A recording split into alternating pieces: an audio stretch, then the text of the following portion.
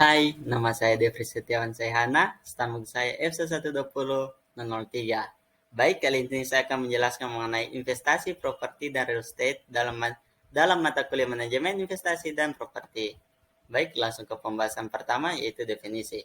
Manajemen merupakan suatu seni dalam ilmu dan pengorganisasian seperti menyusun perencanaan, membangun organisasi dan pengorganisasiannya, pergerakan serta pengendalian atau pengawasan.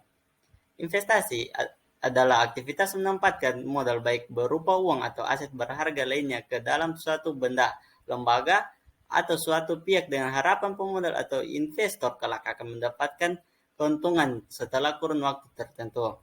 Properti Properti bisa diartikan sebagai harta berupa tanah dan bangunan, sarana dan prasarana yang merupakan bagian tak terpisah dan atau bangunan yang dimaksud.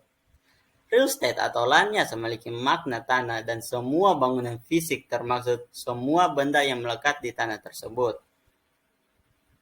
Tujuan utama dari manajemen investasi adalah untuk mencapai target investasi yang menguntungkan bagi para investor sebagai kliennya.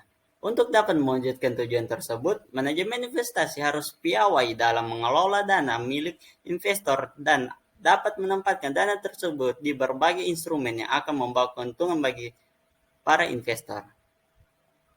Jenis-jenis investasi itu ada 3. Yang pertama, investasi jangka pendek.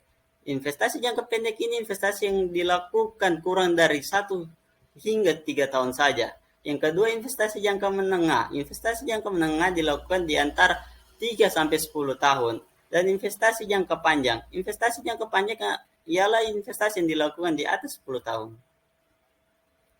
Jenis-jenis properti yaitu rumah, apartemen, tanah, gudang, dan ruko. Jenis-jenis real estate ada 2 kelompok. Kelompok pertama ialah perumahan yang terbagi atas rumah tinggal, rumah peristirahatan atau resort, taman, dan rumah susun atau apartemen. Kelompok kedua yaitu gedung.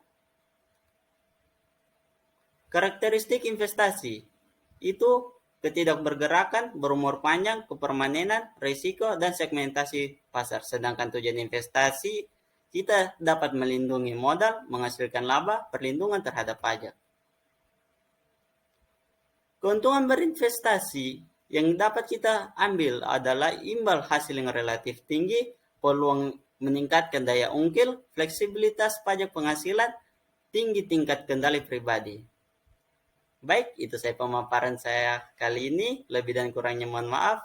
Akhir kata saya ucapkan Assalamualaikum warahmatullahi wabarakatuh.